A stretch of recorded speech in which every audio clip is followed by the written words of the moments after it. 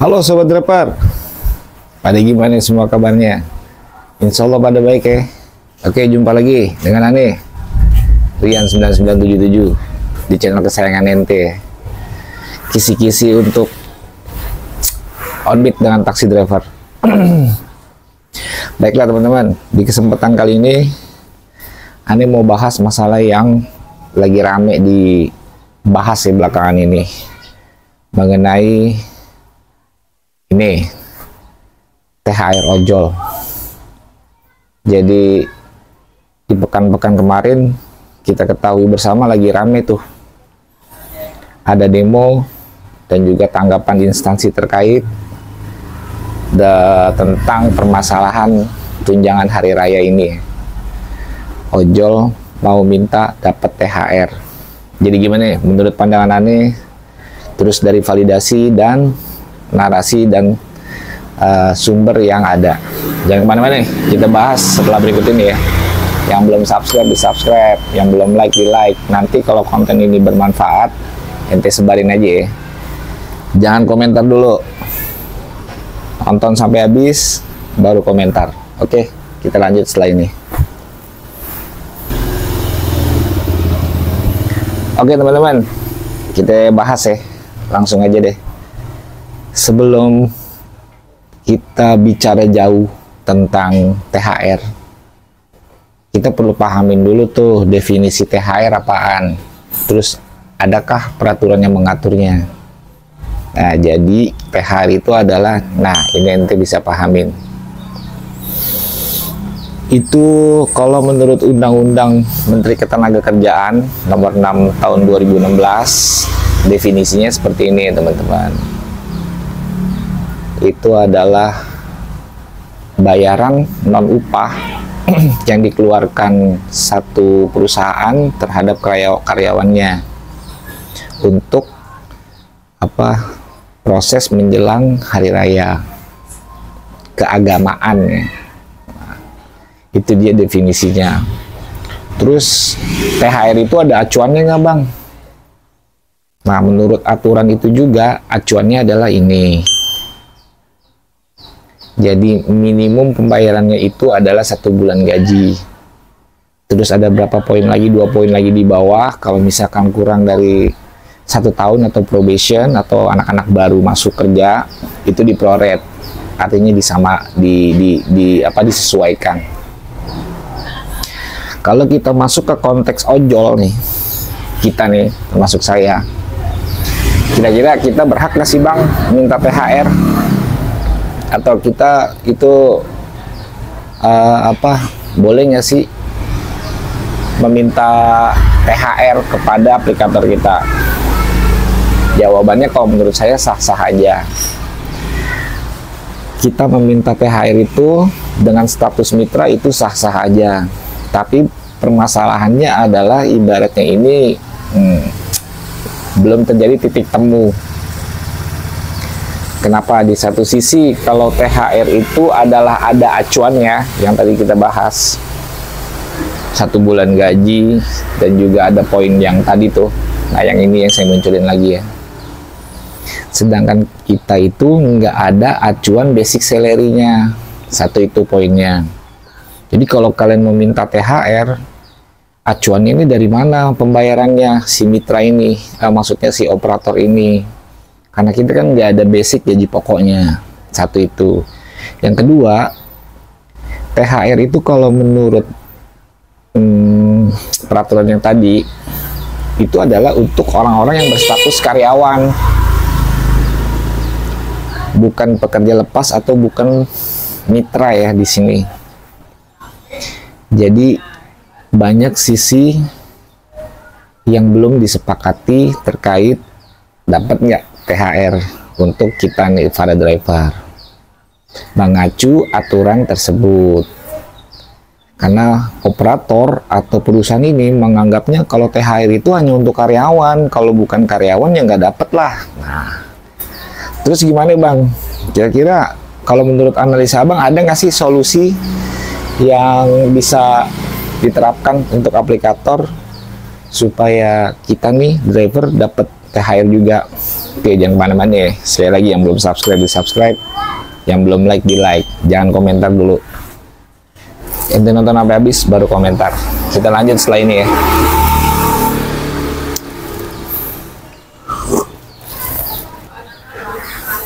Baiklah sobat driver, kita lanjut. Jadi begini, hasil pertemuan dengan demo kemarin ya, kalau Anda baca berita, karena Anda nggak ikut terjun kemarin. Dimediasilah dengan Wakil Menteri Ketenagakerjaan ya, Bapak Emmanuel Ebenezer. Konon katanya dia juga bekas ojol sih. Anda nggak tahu itu benar apa enggak. Beliau ini menyarankan untuk aplikator itu harus memberikan THR, memberikan tunjangan hari raya kepada mitra drivernya. Nah, tapi yang menjadi masalah adalah skema formulasi yang harus disepakati. Karena kita tahu di bahasan yang pertama, kita itu beda, bukan bekerja konvensional. Yang mengacu pada kalau mau ngasih THR ada gaji pokoknya nih. 1 bulan gaji, 2 bulan gaji. Nah, yang penting ada standar pokok gajinya, UMR-nya, apa yang disepakati di perusahaan tersebut. Kita kan nggak ada nih. Sebulan dapat berapa kita nggak ada. Nah, jadi yang dibahas di sini adalah formulasi bagaimana nih cara menerapkan THR ini. Karena nggak bisa kalau diterapin dengan cara konvensional. Jadi itu teman-teman, titik permasalahannya adalah formulasi skema cara nurunin THR-nya. Kalau berkaca dari pengalaman Ani ya di perusahaan-perusahaan sebelumnya, atau ada kawan Ani yang juga kerja buruh lepas, sebenarnya THR itu bukan hanya terkait dengan perusahaan memberikan upah atau tunjangan mau menghadapi hari raya, tapi cenderung ke arah budaya teman-teman. Lebih cenderung ke arah apa ya, khasanah lokal yang sudah ada sejak dulu gitu. Jadi nggak harus potokannya gaji. Misalkan nih, saya bos, tapi bukan perusahaan, bukan apa ya. Nah, saya itu kayak memberi santunan atau sumbangan, nah, itu juga dianggap THR tuh teman-teman, baik ke karyawannya atau ke warga sekitar.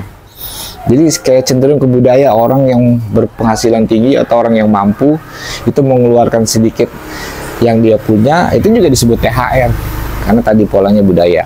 Jadi formulasinya nggak harus mengacu ke gaji pokok nih teman-teman.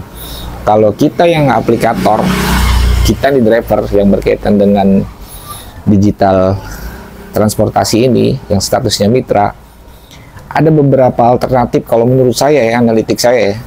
Yang pertama itu, perusahaan ini seharusnya dari 1 tahun itu harus jeli mendata performa grafik driver-driver yang kiranya nanti bisa dapat santunan atau tunjangan hari raya nih, dalam tanda kutip ya, bisa berupa material sembako misalkan, atau bisa berupa dengan bonus apresiasi.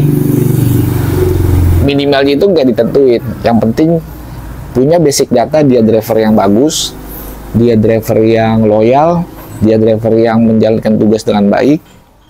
Nah, ini bisa diapresiasi dari analitik data sistem dipilih itu, ditelepon dapatlah. Mungkin dia dapat sembako, mungkin dia dapat uang tunai, mungkin dia dapat apa. Itu skema yang pertama. Kenapa harus ada grafik yang memantau driver-driver ini yang mana yang baik, yang mana yang harus terima hal itu atau tidak? Ya karena fungsinya nggak bisa disamain lah, driver yang rajin sama driver yang males, driver yang jarang on sama driver yang benar-benar fokus. Jadi seperti itu teman-teman. Itu formulasi yang pertama ya. Kalau saya saranin yang kedua adalah formulasinya itu adalah sistem perusahaan ini loss profit lah, nggak mengambil keuntungan dalam beberapa waktu. Jadi misalkan dalam 2 minggu ini perusahaan ojol ini udah nggak usah ngadain potongan. Misalkan 2 minggu mau menjelang lebaran, jadi di 2 minggu itu apa yang didapat dari driver, dari dia ngojek, itu dia kumpulin sampai batas waktu tertentu.